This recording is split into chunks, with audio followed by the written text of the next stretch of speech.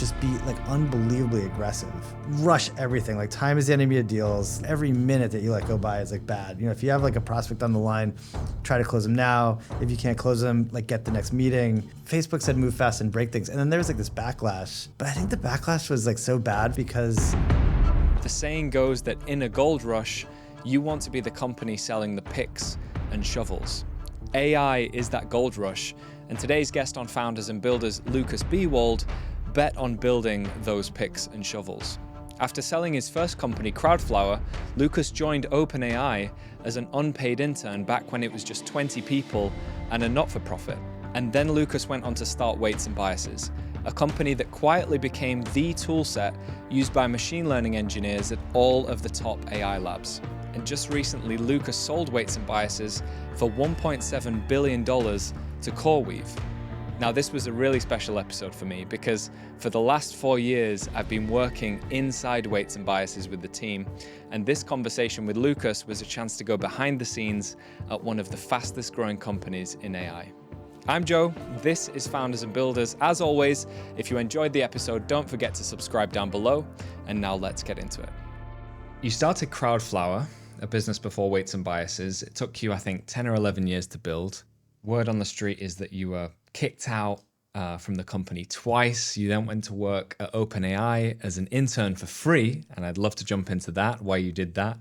And off the back of that, built Weights and Biases, a company that basically every machine learning engineer and developer knows and loves. And then recently you've sold that company to CoreWeave for just over $1.5 billion. How did that happen? how did which part happen? Well, let's start at the start, actually. CrowdFlower. So tell us about it. What was the kind of insight that you had? What inspired you to start the company? I wanted to go into AI research, and I started down that path. I was a research assistant in the Stanford AI lab. And, when I was doing it, I kind of noticed that all the interesting research was based around the data sets that were available. So you couldn't really do AI for agriculture or something. It was all kind of AI for like really specific things where the data set just happened to be available. And then actually I was working on translation, and at that time that I was working on it, Google came out with a translation system that was better than any research built system, because they had collected this big corpus of parallel data that was kind of bigger than anyone in research had. So I kind of felt like, well, why are we doing all this research? It's like the data, that really matters. And so I started a company to basically do data collection for AI. That was CrowdFlower. Mm-hmm. And I think I thought at the time, this is just obviously really useful and should be valuable. It was obviously a much kind of rockier ride. I think in the end, Scale AI kind of took off around the time that we sold and kind of proved that that actually is this gigantic business. But we were never quite able to get it to that scale. Yeah. What are the principles that you think you took from the experience of running CrowdFlower that then later helped you when you were setting up Weights and Biases? There's all this kind of basic advice that you get. I think the most important advice is like make something people want, which YC says. And I think it's one thing to hear it. It's like a different thing to live it, And so I think, just completely, spending all of your time and focus on, am I making something that people want? I think is the most important thing to do as an entrepreneur. Mm-hmm. And then tell us about what came after CrowdFlower, right? So you actually, went to work as a researcher in OpenAI, and this was before OpenAI was working on LLMs. Mm-hmm. I think it was like working on robotics at the time. What inspired you to make that move? Well, I was feeling down actually, because when I was in research, I was watching kind of people in their late 30s who had done an older type of AI that was kind of rule based. And they were completely irrelevant. And, I was kind of getting into my 30s and I was kind of realizing, wait, my skills, kind of learning ML before the deep learning thing were pretty irrelevant. And I was like, I really wanted to, feel technical again. And I was seeing these breakthroughs like AlphaGo and the kind of Nature paper that came out where they used ImageNet to do skin cancer detection. Mm-hmm. And I was like, I just really want to, get my hands dirty and kind of understand this, this kind of new form of AI. Like it's finally like really working.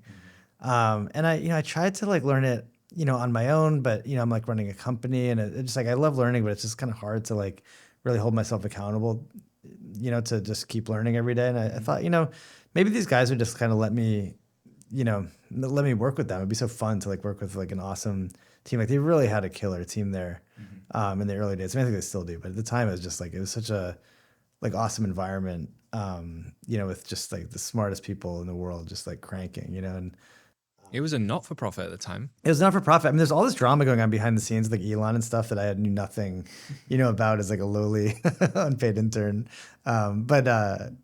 Yeah, I mean, they were kind of nice enough to let me like kind of hack on stuff. And I think that like, I think when you're outside of an organization like that, you think like it's all like magic. But then when you're on the inside, you realize, okay, these are just people, like really smart people, kind of working on problems and, kind of solving them in logical ways. Yeah. Going back to, you said, common advice, build something people want. One of the things I think, from looking into it that helped you get close to these machine learning engineers, and let's remember, like back then, machine learning engineer wasn't really a role that people would like ascribe to. You're like a software engineer that started to dabble in ML, or a researcher, right? Over time, we saw this fusion of like the two into one role. And that gave the birth to a lot of success of Weights and Biases. But what I wanted to ask about is, before you then started Weights and Biases, you were teaching a bunch of courses of like intro to AI, intro to ML. What did you learn from that experience and why did you run those classes? Well, again, it was kind of a hack from, well, the reality is that also like I did that before I sold CrowdFlower. So, there was this pressure of like, I wanted to buy a house in San Francisco and I couldn't afford it. I'd been making a founder salary, which didn't used to be a lot, back in those days. And so I was trying to like earn extra money, and those classes actually did like phenomenally well. Like people, were really willing to pay to come, watch me teach. I also, I've been giving talks for a long time, and I was kind of, as I was giving talks, I was realizing I'm like bored by my own talk, so it must be like incredibly boring for the audience. And so I actually tried an experiment with one guy who requested me to give a talk, and I said, what if I kind of teach a class instead, like a hands-on kind of more workshop? And that I actually found like a lot more fun and engaging. And so I was like, I actually like kind of teaching stuff. And the classes have pushed me to, kind of get, my own thinking ahead. And I think it was a good time for classes because, deep learning was like changing a lot of stuff at that time. And so, if you had spent, like 6 months learning the material, you actually were ahead of, most people, at that moment. So there's a lot of hunger for like, how do I make deep learning work? Like, how do I turn on my, video card and like get it to actually like, run stuff. So it kind of pushed me to, to learn the material, to not embarrass myself in front of the class. And it was a good, way to make money in a non-scalable way. So then after running the classes, you joined OpenAI, you were working really closely with these researchers, and you realized there was a huge gap in like the base level of tooling they were using. Give us like the insight that allowed you to ship the first version of Weights and Biases.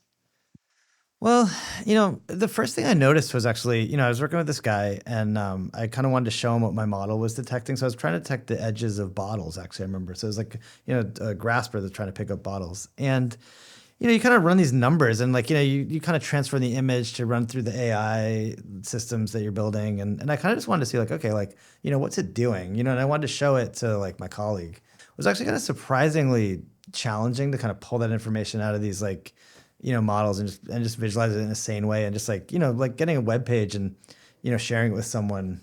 When I was first learning about like, these neural nets, I really wanted to see like what's going on inside them. Like, so I was kind of building my own little, visualizations for like what was happening as the neural nets were learning. And then I was like, kind of sharing them with friends. And how did you go about getting the first 100 users of Weights and Biases? First 100 users took a while. And also I should say, my co-founders, Sean and Chris, are also kind of like, working on that and coming from like a little bit different perspectives.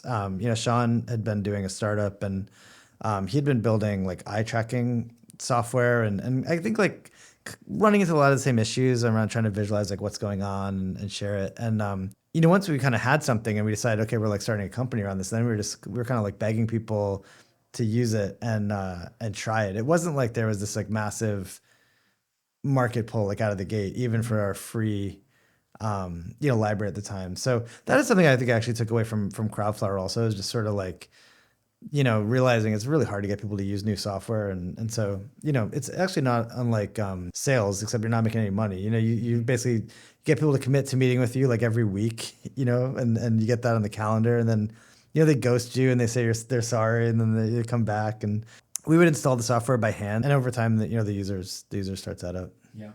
I think one special thing about this episode with you is that this is, you're the only guest on Founders and Builders that I've actually worked directly with or for. I've been in Weights and Biases for the last 4 years.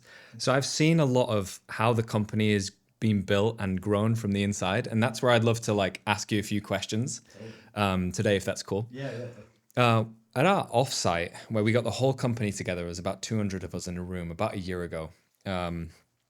We were sat there and you said, you think you're late, but you're probably early. And you pulled up this graph and it showed weekly active users of Weights and Biases. And I think this was a year after you guys have started. And you guys would be really happy if it went to 50, but then really concerned when it bounced back down to 30. Yeah.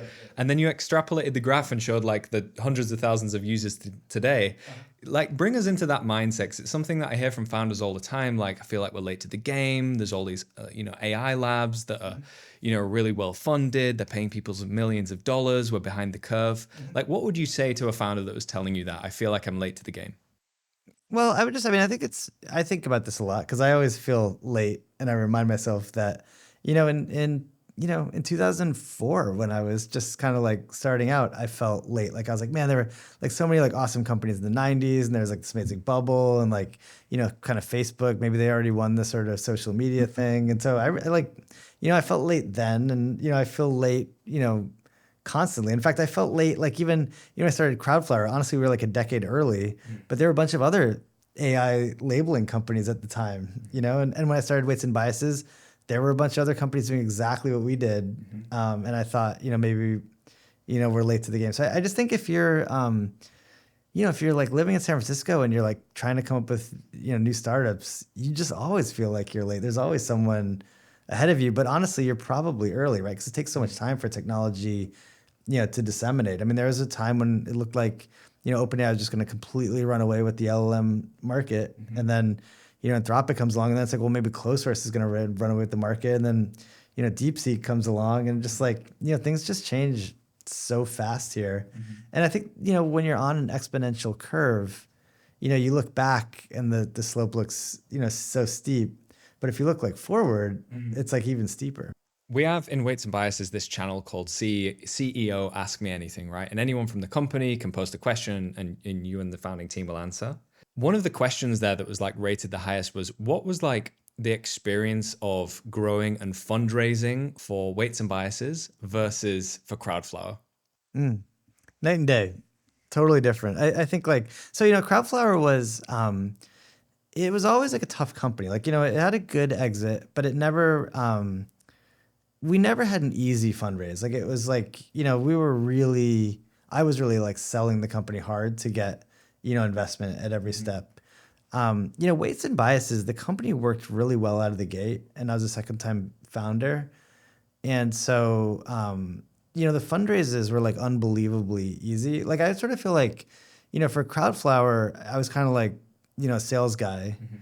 I felt for Weights and Biases, I was more a procurement guy. You know what I mean? It was more okay, how do I handle, all the inbound interest versus with CrowdFlower, it was I just was really, really always pushing. So yeah, it's just totally different experience, I think. And I think for any founder, a company that's sort of obviously working really well is just going to have an incredibly different experience, fundraising.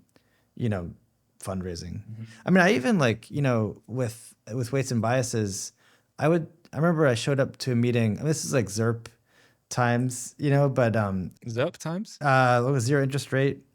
So back in 2021, 2022, things were kind of wild.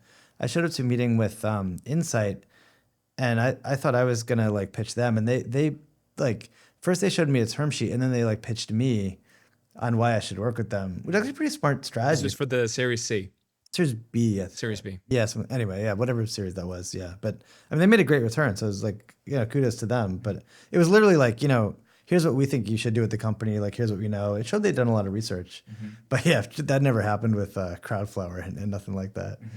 Then I'd love to step into how you go about surrounding yourself with the right founding team. I think one thing that I noticed straight off the bat when I came into Weights and Biases is this feels like a company that was well thought through from the beginning, from like the investor perspective. And a guest that we had on 2 episodes ago was actually Yanda, who was your early kind of angel investor, then joined Co2 and led, I think it was the A or B, if I'm not mistaken, then joined as a COO. What learnings have you kind of taken away from Weights and Biases when it comes to surrounding yourself with the people that are strong in areas that you maybe aren't? Well, I think the founding team is more important than the investors. So I love Yanda. And if he's listening, I love Yanda. And he actually became part of the team, but I think he was much more impactful, when he was on the team than investors. So I think there's a little bit of an obsession with getting the right investor. It is important, but like getting the actual team around you that's like working, with you every day. I think that is incredibly critical. And I don't know, like I wish there was some magic to hiring. I mean, it's so, it's so intuition based, and it's so much like, do you have like sort of like alignment around, perspective? One thing I've learned is to just try to be like really authentic in the way you like engage with the world. And especially like, I think writing is powerful. Like, I think like when you're early, you kind of have a natural authenticity because you're probably making the webpage yourself. And so, I think like leaning into that as much as possible really helped me, where it's like, I just made the webpage like really like about who we were. And I think that probably turned off a lot of people, but it meant that like we actually had this amazing filter, where if somebody like shows up for an interview and they've like, they've like kind of gone through all of our, just the ways that we did things, they kind of had a feeling for who we are and if they like it. I think we had a really good natural cohesion in the early days because we were people who really like wanted to build, and like it was really like a company of just like kind of hardcore builders on the side of like, we always said we were building for builders, we're building tools for like other builders. And so that, I think that like really, worked for us. Another stance that you took, and I saw this because I was on the sales side of Weights and Biases, is from the start you were really intentional about like seeding the research community, like getting as close to an open source version of Weights and Biases in the hands of as many people building ML models as possible, sometimes at the difficult decision of foregoing revenue. Tell us about why you made that decision and kind of the impact that had on Weights and Biases. And maybe you should add how you felt about that. I don't Terrible. know. Yeah. Missed many quarters. Yeah. So, I mean, I think that, I guess, it's funny. When you asked, what did you learn from CrowdFlower? I was thinking like, I don't know anything, but as you ask more questions, I think the more stuff comes up. Like, I think like, like market dominance is so powerful, and so I really felt like, especially in AI, there's this real, someone called it gradient of admiration, which I think is like a nice way of putting it. Of people just like, they kind of want to use the stuff that the people they look up to use. Mm-hmm. And so we felt like, okay, like, people really at that time put researchers on a pedestal. And so we thought, okay, if we can get all the researchers like visibly using, our product, that's like the best marketing we could possibly. Mm-hmm. I feel like that's still true today. Yeah, totally. I mean, we really like, that was an intentional strategy. I think it might be why we won. Like there were some comparable products, in the market when we started with competent teams running them, but we got all the researchers using us, and they pushed the product in particular directions. And it's tough, if a random like researcher from Stanford is like asking you for something, and then like I don't know, like IBM is asking for something, I think like sort of the textbook thing would be to like make IBM, happy. But I think, if you're making like an AI developer tool, the Stanford researcher might, matter more, for taking the whole market. Mm-hmm. Super quick one from me. Every week we ask our listeners what is one tool or one product they started using that they couldn't live without. And this week, it's CoreWeave. If you're building with AI, you need to check out CoreWeave. They have a GPU cloud infrastructure built just for artificial intelligence. CoreWeave are used by the world's leading AI labs and have recently signed a multi-billion-dollar deal to power OpenAI's training and inference. They're also the only AI cloud awarded platinum by SemiAnalysis across performance, reliability, and scale. And for you building with AI, that means less time fighting infrastructure, more time iterating on your models, and shipping product. So if you want to learn more about CoreWeave, check out the link down in the description below. But for now, let's get back into the episode. In an era of obsession about building platforms, like products and platforms in SaaS, and Weights and Biases competed, and still competes to this day with a lot of platform companies, right? Where the idea is maybe you offer some kind of infrastructure or compute layer, and then on top of that, you have a bunch of different point solutions, and it all ties together in a platform. But though Weights and Biases called itself the AI developer platform, it always, for me, felt like deeply a tools company. Also, did we call ourselves that? I was always trying to get us to stop calling ourselves a platform. It's funny. It's funny. I feel like at one point we did. Interesting. That must have been Yonda. Love you, Yonda, if you're listening. But it's funny. Like all the investors wanted us to call ourselves a platform because that felt like a more valuable company to them. I think the sales team also kind of liked platform because it felt like you could get a bigger price, for that. So I understand that, but I always felt like, what does the end user really want? Like I've never wanted like a platform, for me as a developer, as a builder. Like a platform sounds to me like it's gonna kind of constrain me into like a particular like world, and I felt like a lot of our competitors were sort of like, hey, we have everything you need, just like come to like our come to the Databricks platform, and we're just gonna like jam all this garbage down your throat. And we were like, we're gonna do tools, we're gonna do like specific things. And Ali, he's a Databricks, obviously really, really, really successful founder, but he's always kind of like dogging on me, like, your company's so little and stupid, you know what I mean? I was like, well, I'd rather make like really like specific high quality stuff and kind of nail things we're doing. And to me, like tools, kind of said that, like I want all of our tools to work well together. But if you choose to use any particular Weights and Biases tool, you're like choosing to use it. You're not using it because the Weights and Biases platform like slammed it down your throat, which is like a particular strategy. But again, like we want to have like a point of view, and total respect to Databricks and the giant business they built. But you can only be yourself. Yeah. I'd love to go into this point of like advice that you as a founder got throughout your whole journey, CrowdFlower, what came after that, and then Weights and Biases, that just you've seen it enough times and you've gone through the experience that yourself that you realize most of it's bullshit.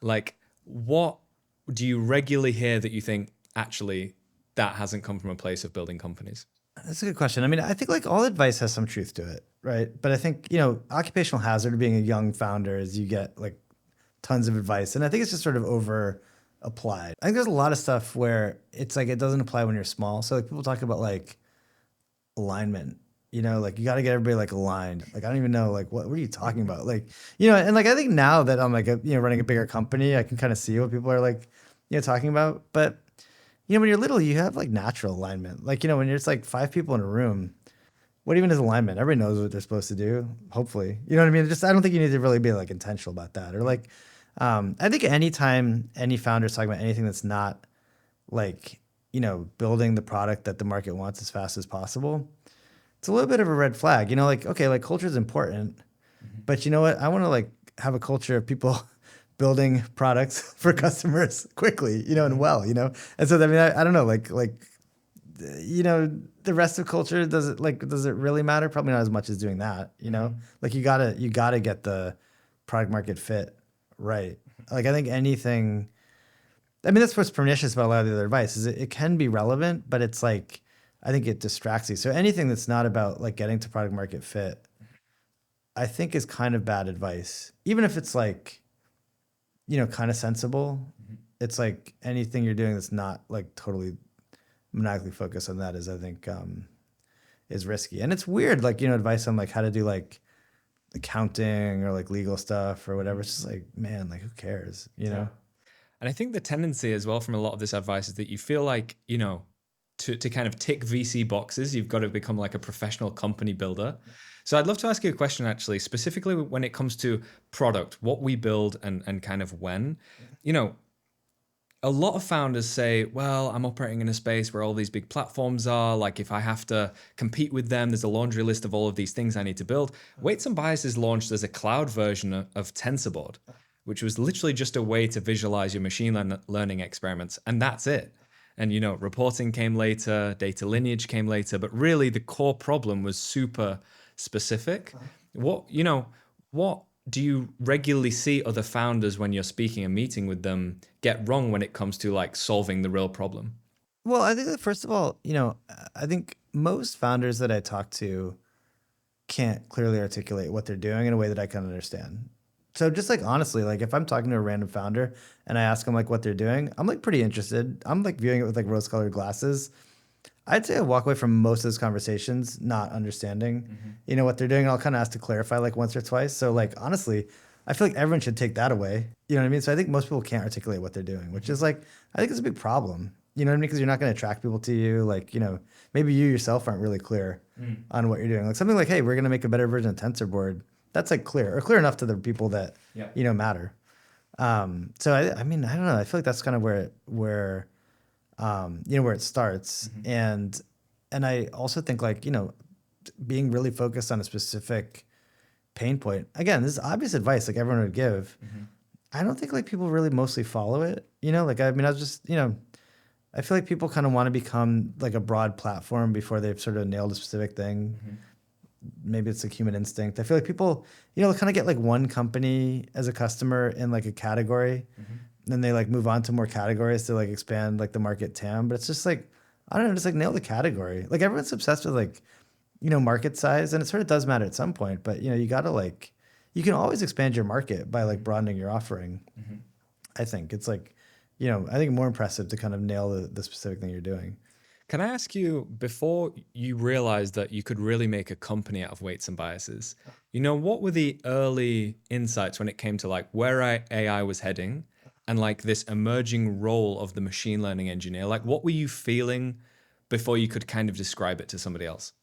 Well, I was like looking at machine learning engineers at the time, and I was thinking like, okay, engineers, I've watched them just have this, kind of go from when in the early 2000s, it wasn't such a cool profession. It was sort of like, they didn't typically like run, most of the companies, but you're kind of watching engineers sort of start to become more and more mattering, right? Because they're automating things inside companies. And I thought, okay, machine learning engineers, they're actually automating the automation itself. It's like one way of looking at it, right? From far away. So it's like, wow, that's probably going to be everything true about engineers is going to be more true about machine learning engineers, right? They're going to be, you're not going to be able to hire that many of them. It's going to be more important to get the best ones. There's going to be like more inequality of like the best ones get paid more because it's like, almost like how many slots do you have for somebody automating the automation, And so I thought, I just want to be on the side of like the best machine learning engineers.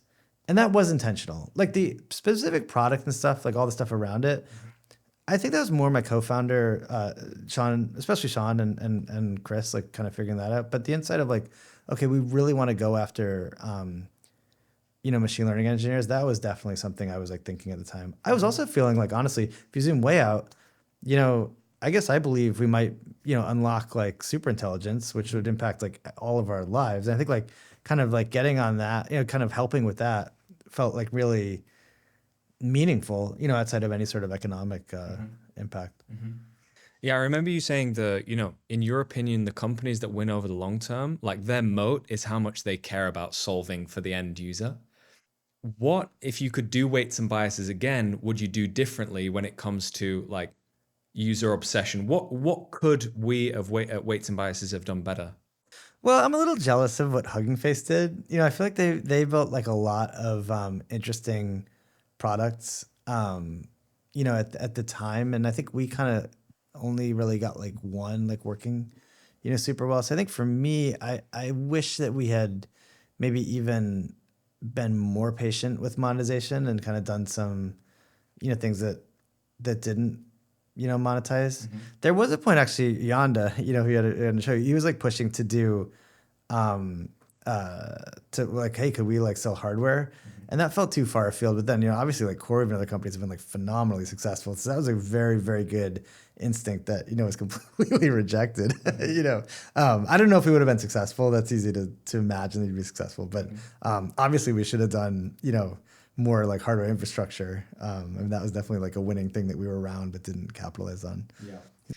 You said earlier that you thought this notion of like alignment was like BS, right? But if I could, I'll just challenge you on that a little bit because like as weights and biases grew, by the time I joined, we were about 100 people. At the time of CoreWeave acquisition, we were about 250, there and thereabouts. And you always had a really, like, in my opinion, well thought through approach to setting goals to make sure we were aligned. So you even create this document, and I can quote a few bits from it. So I believe that goals. I believe that setting good goals is a critical part of success. Done well, clear goals give everyone a clear sense of direction, accountability, and transparency into how their and their team's work fits into Weights and Biases' success. Done badly, goals can become a pointless corporate busy work, and it's really important to set meaningful goals. So, how do we make sure we set meaningful goals? Oh man, I feel like okay, so I do think alignment goes from not mattering to like the only thing that matters. Right. But it's like it kind of sneaks up on you. So yeah, I mean, you want to make sure that everyone like buys into the goals. So you really have to get everyone to like look at the goals. And I actually think that's like it's actually hard to do. So one thing we always do, I don't know if you've noticed, but we spend a lot of time like retroing the goals. And so I spend a lot of time reviewing how well we went on the goals. And like part of it is like self-awareness and just seeing what happened.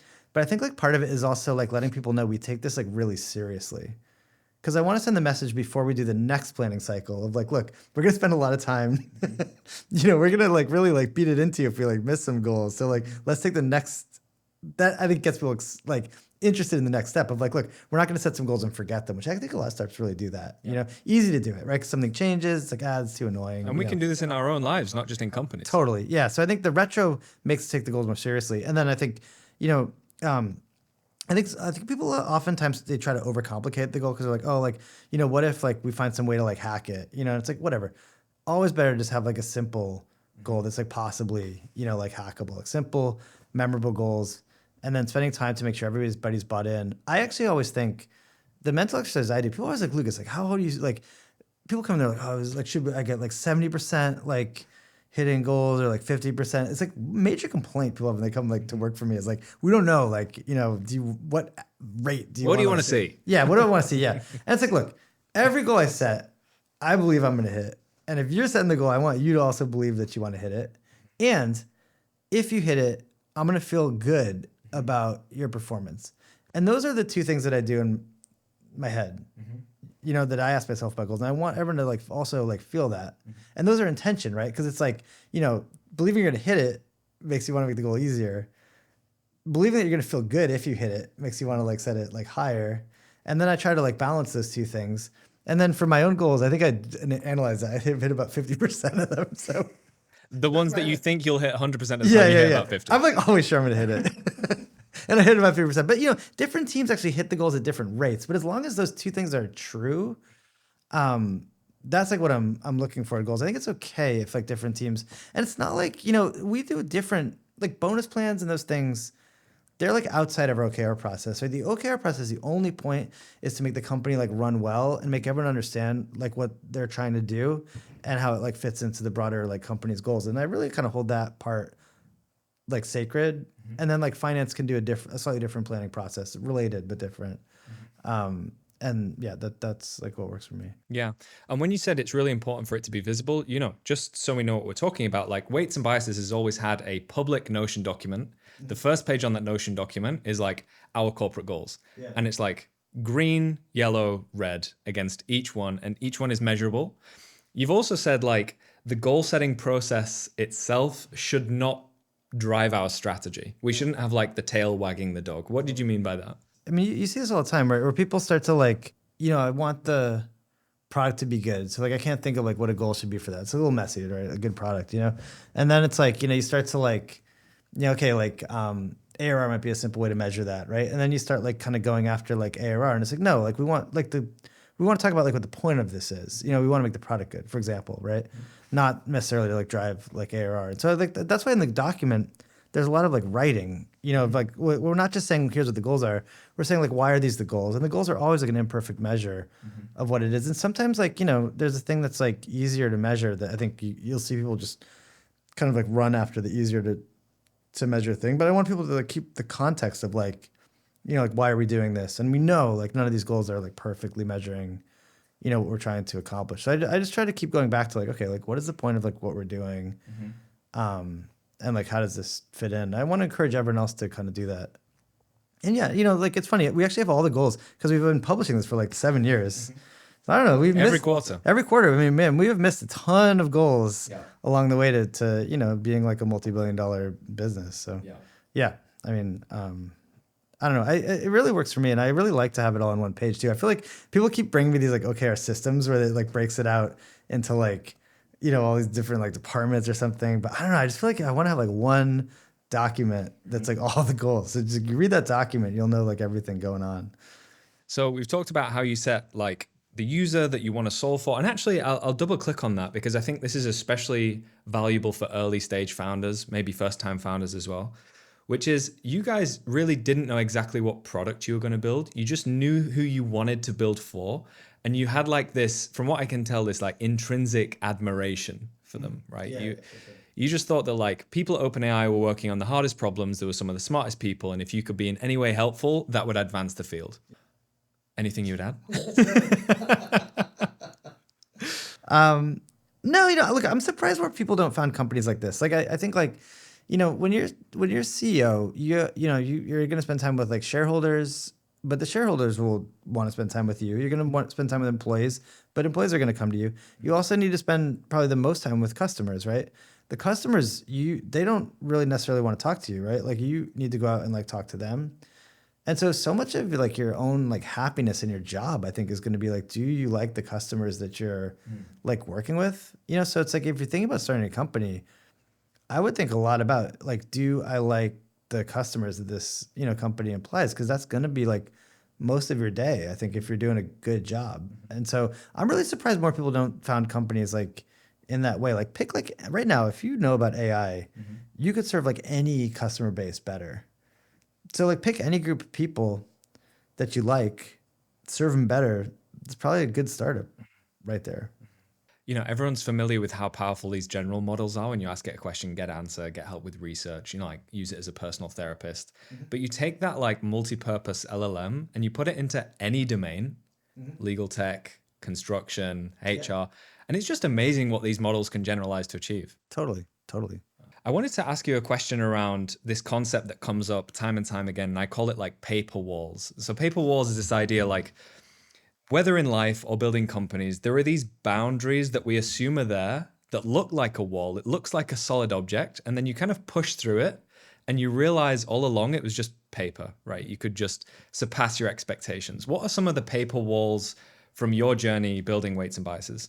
This was a tough one, for us. So, we named the company Weights and Biases. And so we had this challenge, so we were like, we want to be on the side of like, AI researchers, basically, right? And then, one thing that happened to us was, LLMs came along, and it actually didn't make sense for a lot of companies to build their own models. They could just use, GPT or whatever, like for that same, application. And so you got like a lot of people who look more like software developers coming in and, wanting to use AI. And that was actually the true democratization of AI. And we were excited about it, but I think we kind of felt like, okay, this is an interesting market, but, we're Weights and Biases. Like we're for like researchers, And so I think it took us too long to build a product for, software developers, right? Which we really should have done. I mean, that was an obvious market that was like sitting there. We were like watching it. They kind of had like similar needs, but I think we were because the founding story was so focused on these like researchers and the whole thing was about like researchers. It was hard for us to kind of like reinvent ourselves in a way that in retrospect feels like, really obviously a successful, approach for us. I'd love to unpick just for a couple of minutes, like some of the people that have shaped you on your journey. So you mentioned early, when you were working at OpenAI, Daphne Koller. You've also referred to in the past like Travis from Uber, and I think it was Ben from Pinterest. Who are the people that really stood out to you that kind of shaped what you ended up building in Weights and Biases and the kind of journey you've been on? Well, Travis really shaped me as an entrepreneur, which is kind of funny because like, I don't think I'm nearly as aggressive as him or like outwardly, I'm very competitive, but I don't think I like telegraph it as much as he does. But yeah, I mean, it's kind of funny actually. I think, it was actually before he started Uber. He called in to CrowdFlower's like phone number. Back then you put your phone number. Phone number went to my phone. You know what I mean? It was like, I was one of the very, very first users of Twilio to make a fake directory where you could press different buttons. Oh yeah. But all the buttons went to my phone because it's like, it's just me. You just hope they don't call twice. And Yeah, exactly. Still me. And so, so Travis called in, and then we kind of became friends because he was in San Francisco, and kind of he was like, kind of like you're doing now. He's like, back then there wasn't as much material for entrepreneurs, so he was really giving me advice on like, okay, how do you do early sales? Like, how do you do like fundraising? And his advice was like, just be like unbelievably aggressive. So it's just sort of like rush everything. Like, time is the enemy of deals. Like, every minute that you let go by is like bad. If you have like a prospect on the line, try to close them now. If you can't close them, like, get the next meeting. If they put the meeting like 2 weeks out, like, insult them to get the meeting like earlier. Not insult them, but you know what I mean? Like, sort of nag them to like, like, why 2 weeks? Like, why not now? Like, why not do it in 30 Push minutes? For the outcome. Push for the outcome. Yeah. And yeah, I mean, that was like actually incredibly good advice and like helpful advice. So I think, he kind of made me realize the value of just being in like a rush all the time. And it's funny, then like, I feel like, Facebook said move fast and break things. And then there was like this backlash, but I think the backlash was like so bad for like new people like coming in, cause it's actually pretty bad advice usually to like move slower. I mean, you can obviously find examples where like, something breaks or like somebody goes too fast, but most people go way too slow and most people like ship way too late. And, most people, yeah, they're just nervous and they don't get anything done. You know what I mean? And so I think like being in a rush is like, incredibly valuable. And like, but it's funny because I just sort of thought this was like run of the mill advice because Travis is just like the one mentor who was like spending time with me. But actually, it's funny because I was getting advice from like one of the most, determined and in a rush people ever. You know what I mean? I think you could argue it was kind of his downfall in some ways at Uber. So yeah, I mean that's like an interest. I mean, that was, yeah. I feel so lucky that I happened to, kind of come across him in a moment where he sort of had time to, or capacity to spend time with me. And then it's funny. Ben from Pinterest actually is a friend of mine, and I think the lesson is I think there are just many ways to be successful. So Ben, also kind of determined guy, but very externally comes across as much more, what's the word, like peaceful, compared to Travis. I mean, but I think Ben sort of shows, I think that what I kind of take away from Ben is like, look, he just cares so deeply about the product that he's making, and the quality of the product, and I think that's like what really matters. Being in a rush and caring about the quality, if you can hold those two things together, I think that's like the recipe for success. So you talk about being in a rush and you talk about having patience. One of the things that I hear time and time again that forces patience is having children. How you've had children, how has having children shaped you? Well, children gives you like a lot of perspective on what you're doing. So like, your company doesn't feel like the most important thing in the world. And that's not all good. Like, I actually think like that sort of like maniacal obsession that I had when I was younger, that I think is sort of impossible when you have like a child that's depending on you, is like a powerful thing that I think younger or like childless entrepreneurs, sort of naturally have. But, what that does lead to is a lot of like sort of, I think like mental like chaos, like just like, it's like, if failing feels like life or death, that can be good or it can be bad, and so I think like I'm a more even, leader with kids. Like, I think it's like, it's easier for me to sort of like zoom out and be like, okay, like, we, getting hit today, but like, we're gonna come back and, kind of get him tomorrow. Whereas like, I was younger, I was really like screaming at people, it's just like hard. I wouldn't yell at someone now. Like, I don't think I yell at people. Maybe, I don't know. As I say these things, it's funny. It's easy to be on a podcast with someone that doesn't work with you, but Here we go. Yeah. But yeah, I mean, I think I'm a much more even leader and sort of easier. You come home and you see your kids, they don't care. Yeah. About like, if you lost a customer or something. So.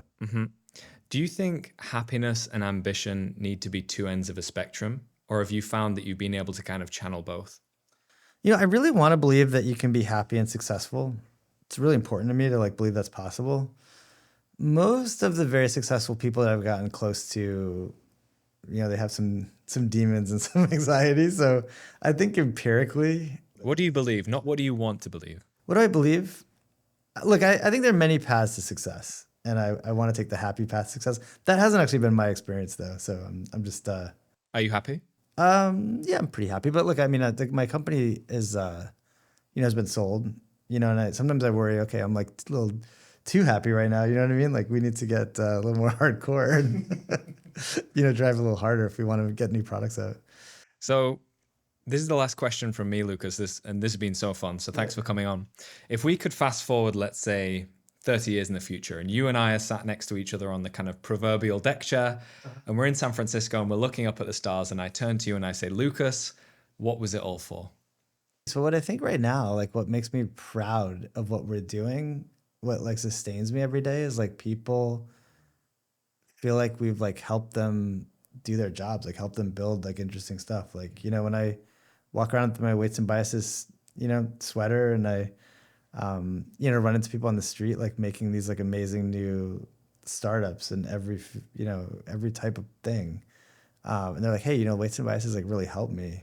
That feels really good. I mean, that's really what sustains me. And I hope we're still feeling that in 30 years. Lucas, thanks so much for coming on the show.